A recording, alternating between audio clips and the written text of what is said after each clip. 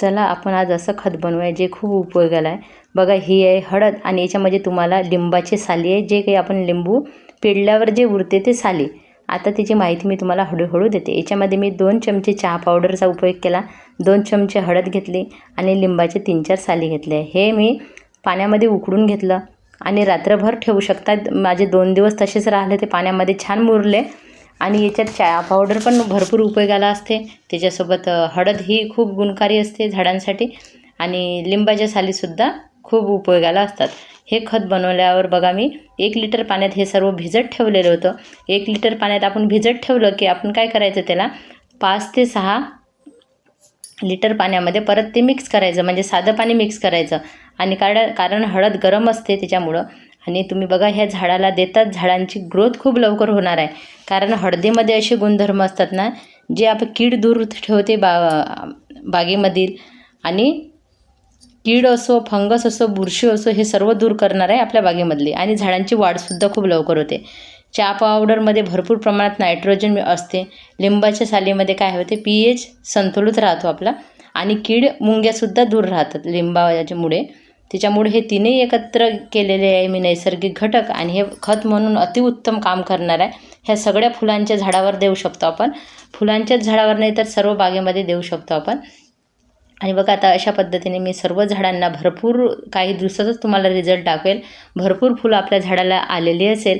कारण हे खत आहे ना खूप उपयोगाला येतं. चहा पावडर तर तुम्ही वापरलेलीसुद्धा घेऊ शकता, पाण्यात मिक्स करून देऊ शकता.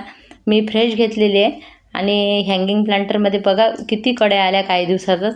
कारण हे झाडं आता हे सीझनच आहे या फुलांचा, 10 o'clock वगैरे. त्याच्यामुळे याला भरपूर फुलं येणारच आहे. पण फंगस दूर करण्यासाठी परत मी बघा माझं हे खत संपलं ना, तर 1 चमचा 2 चमचे हळद टाकून घेतले एका बकेटमध्ये आणि ह्या सर्व झाडांना देत आहे. कारण हे आहे ना, यावेळेस ह्या झाडाला फंगस लागू शकते आणि मी कोणतंही केमिकल वापरत नाही.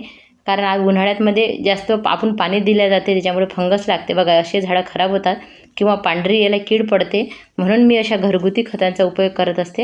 हे तुम्ही महिन्यातून एकदा काम करू शकता. मी आता एवढ्यात 2-3 महिने झाले हळदीचा उपयोग केलेला नव्हता, म्हणून आता हे आपल्या बागेमध्ये करून घेत आहे. आणि खूप उपयोगाला येते. बरेच झाडं असे असतात जे खराब होतात ना, हळदी टाकल्याबरोबरच हे फ्रेश आणि छान दिसायला लागतात. बघा हे आपलं याचं झाड आहे पेरूचं, आणि सर्व झाडावर असं शिंपडूनसुद्धा घेते मी. बघा खूप गुणकारी हळद आहे. ही झाडांसाठी जशी आपल्या आरोग्यासाठी आहे ना, तशी झाडांसाठीही गुणकारी आहे. बघा किती छान ग्रोथ झाडांची दिसून येत असेल तुम्हाला. असेच ऑर्गॅनिक खताचा उपयोग करत असते, कोणत्याही केमिकलचा वापर करत नाही. आणि चहा पावडर फुलं येण्यासाठी खूप महत्त्वाची पडते आपल्या बागेमध्ये. पण कोणत्याही गोष्टीचा वारंवार उपाय नाही करायचा, थांबून थांबून उपयोग करायचा. म्हणजे आज हे खत दिलं तर पुढं कोणतं दुसरं ऑर्गॅनिक खत द्यायचं. अशा पद्धतीने तुम्ही 15 दिवसातून, उन्हाळ्यातून, महिन्यातून असे खतं तुम्ही देऊ शकता. आणि बघा आता किती कड्या फुलं यायला सुरुवात झालेली आहे आपल्या झाडांना. छोट्या छोट्या खिशामध्ये खूप छान ही कटिंग लागलेली आहे आपल्या पर्सच्या खिशामध्ये. अशा पद्धतीने भरपूर रोपे हिरवीगार राहतील आणि बागेमध्ये छान सुंदर असे तुमच्या लवकरच फुलंसुद्धा फुलतील. म्हणून तुम्ही असे उन्हाळ्यामध्ये अशा खतांचा उपयोग करायला विसरू नका, जे तुम्हाला. आणि मातीची गुणवत्ता खूप पटीनं वाढते जेव्हा आपण ऑर्गॅनिक खताचा उपयोग करतो.